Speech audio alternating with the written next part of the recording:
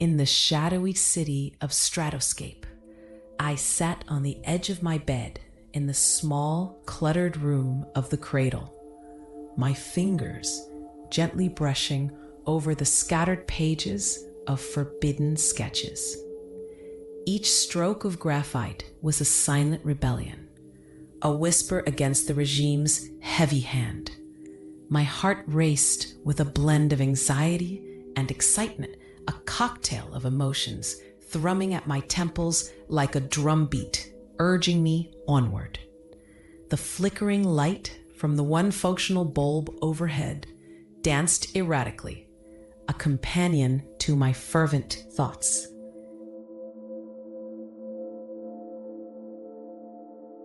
The air was thick with tension, the walls of my sanctuary closing in as I waded through memories of dreams too vivid to ignore, yet too dangerous to speak of. I pulled myself away from the siren call of my art and glanced out the narrow window. The concrete landscape sprawled beneath a bleak sky, gray and oppressive, reminding me of the relentless structure imposed by the regime. My spirit stirred beneath the weight of conformity. With a heavy sigh, I grabbed the tattered journal, the only outlet for my thoughts, and tucked it under my arm. The familiar routine loomed before me, a slate of dull obligations set to drown any flicker of individuality. As I stepped into the cold corridors of the Cradle, each step echoed a reminder of the endless repetition that suffocated our souls.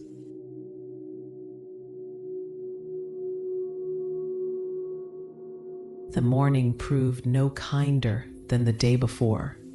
I passed pairs of classmates, their faces pale and cast in the shadows of despair. The air hummed with tension. Students were punished for so much as a stray brushstroke or a burst of laughter. Each reprimand fell like lead, heavy in the atmosphere, as I witnessed punishment meted out for brief displays of humanity. I tried not to shudder, blending into the walls, invisible yet alive in my fear.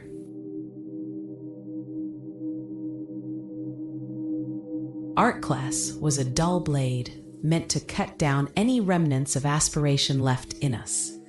Miss Tarrant's piercing gaze swept across the room, an unyielding storm of disapproval accompanying every glance. She lectured about the importance of conformity, her voice blending into the drab surroundings. While she spoke of the efficiency of uniform expressions, I felt the longing within me bubble up, cresting like a wave desperate to break free.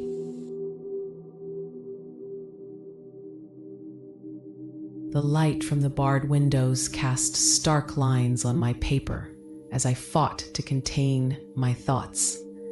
Each flick of my pencil yearned to escape the confines of strict lines and prescribed shapes. My art was the only rebellion I had left, nestled between the pages that concealed my essence. Yet each day it felt more dangerous to express what dwelled inside.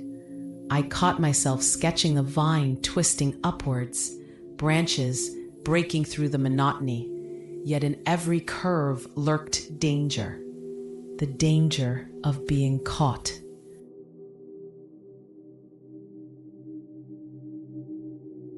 "Salim," a whisper broke through my reverie. Dragging my attention away from the page, I looked to my right only to find Maya, her keen hazel eyes filled with encouragement and quiet rebellion. Her hair was tucked into a tight braid, a subtle act of conformity like a soldier preparing for battle. But the fire within her was unmistakable.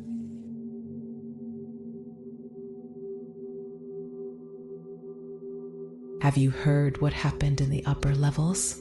she asked, her voice laced with concern.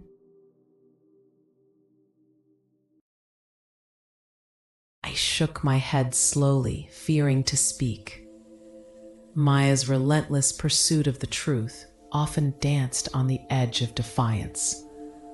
But it was this same courage that bonded us. I leaned in closer, my pulse quickening.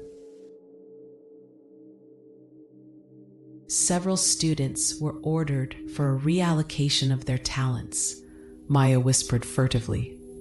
Rumors say it's worse than they let on. A shiver crawled down my spine, and I reflexively traced the outline of my newest drawings. The notion of reallocation sent icy fingers curling around my heart. The regime certainly wouldn't tolerate unfiltered creativity.